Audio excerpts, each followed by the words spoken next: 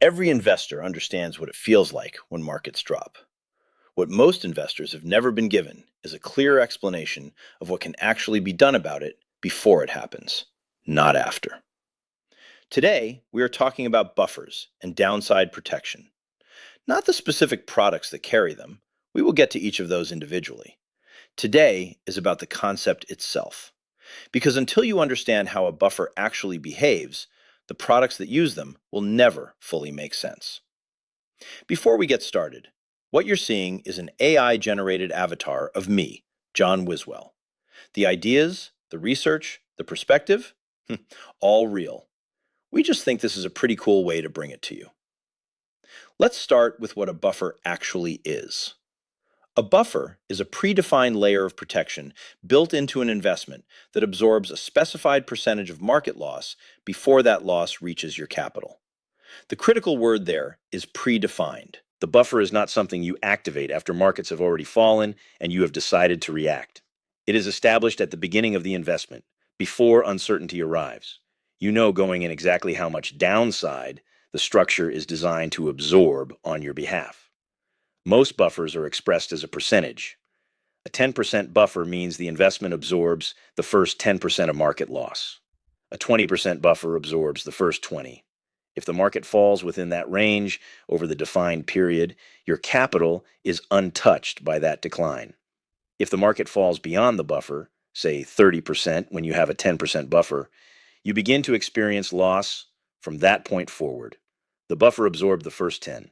The remaining 20 affected your capital. That distinction is important. A buffer is not a guarantee against all loss. It is a defined layer of absorption. Knowing where that layer ends is just as important as knowing it exists. Now let's talk about how a buffer actually behaves across different market conditions. In a flat or modestly down market, say the index falls within your buffer range, your capital is returned without reflecting that loss at all. The buffer absorbed it entirely. In a significantly down market that exceeds your buffer, you begin to experience loss beyond that point. But it is a smaller, more defined loss than full exposure would have produced. And in a strongly up market, many buffered investments will limit how much of that upside you capture. Protection on the downside often comes alongside a cap on the upside. That said, not all buffered investments work this way. Some structures offer participation rates that actually exceed what the market returns.